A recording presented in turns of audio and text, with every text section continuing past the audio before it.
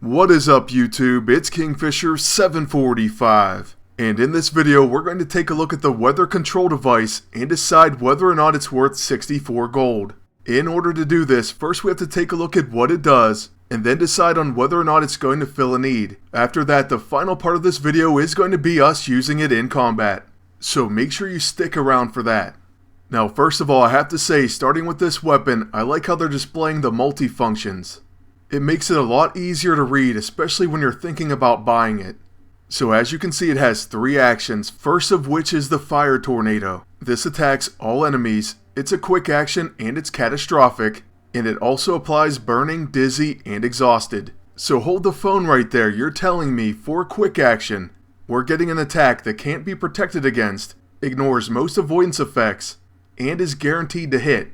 And most importantly, it's going to apply Burning, Dizzy, and the extremely useful debuff Exhausted to the entire enemy team. I have to say I'm pretty much sold on that action alone, which I also do want to mention does not have a cooldown, so you can use this every single round. But on top of that, this item, we'll call it a gadget because, spoiler alert, the Fire Tornado doesn't do that much damage.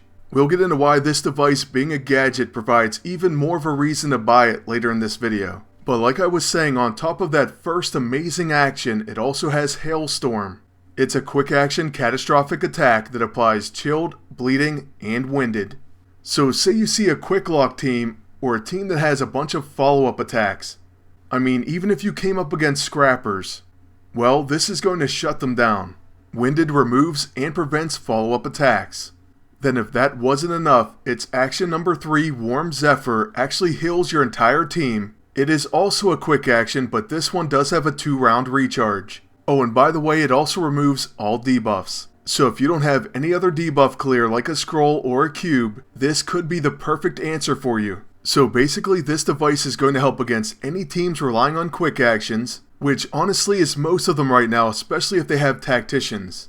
It's also going to help out against any team that relies on follow-up attacks, and its third action is similar to a gold scroll. Alright, so at this point I do think we've established that it does fulfill plenty of needs, so let's go ahead and buy it, and then I'll continue this discussion as we take it into PvP combat. Now of course my favorite thing about this new gadget is that first action. Being able to exhaust the enemy team as a quick action catastrophic attack is going to be invaluable against many team-ups out there. I mean, you can just start naming teams like Red Hulk and Pestilence Beast. Most of these teams rely on Red Hulk's Bulwark to be a quick action. Well, that's not going to happen if he's exhausted. The same thing goes for Pestilence Beast's Masque of the Red Death. Typically, the AI is going to use these abilities and think that they're going to be a quick action, but instead it's going to end their turn. At the very least, you're going to trip up the AI. Then you're going to severely limit those empowered tactician agents, especially when they try to use their Guardian Insignia or Asgardian Tankard, or even just try to use Momentary Advantage. Which, by the way, we will take a look at that armor since it is on sale, so I will post a link to that video in the description as well as on the screen. But back to the weather control device, we didn't get the greatest turn order, but we are going before the enemy agent. Obviously, you want to go as early as possible with your agent, that way you can exhaust the entire enemy team and severely limit them. However, it's better late than never, and the enemy agent does have a quick action gadget in his hand. Here you can see action 1 and action number 2 are going to deal damage, but like I said, it's not going to be a significant source. Which brings me to the reason why gadgets are even more worth buying than weapons for most agents.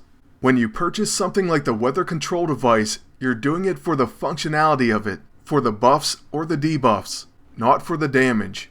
What this means is it's just as valuable for a level 50 or level 300 agent. You really don't have to worry about reforging it, or even if, for example, in the future they raise the level cap to 400 for agents, you would still be able to use this gadget for the same purposes. So basically what I'm telling you, especially if you're a lower level agent, is for your gold you're going to get the most utility out of a gadget like this. By the way, check out what the AI does with an exhausted generalist agent. That's right, they typically use party time and completely waste their first turn. Then something else I do want to point out is, yes, after you use one of the actions, you cannot use any of the other ones. Even if you're using the Tactician Empowered Agent or something that gives you multiple turns in one round, you can still only use one of its actions per round. That's understandable because it would be incredibly overpowered if you could use 2 or even all 3 of the abilities in one round. So I just wanted to point that out, but I do have to say this is a definite, if not a must buy. In fact, I'm probably going to have to go back and edit my top 10 gold items list just to include this gadget. For those of you who didn't know, I was working on a top 10 gold sale items list to kind of serve as a guide for what weapons and gadgets I think are worth saving gold for. So yeah, I most likely will be adding this item, and I'll try to put that video out very soon. For our final weather action, I figured we would use a warm Zephyr, and there you see the kind of healing that you're going to get. But remember, it also removes debuffs, unless the enemy team has Pestilence Beast, of course. And that's going to bring us to the end of our review on the weather control device, which I do recommend buying. I do hope this video helped, and I'd like to thank you all for watching. Please leave a like, comment, and subscribe. And until next time, good luck, and take care.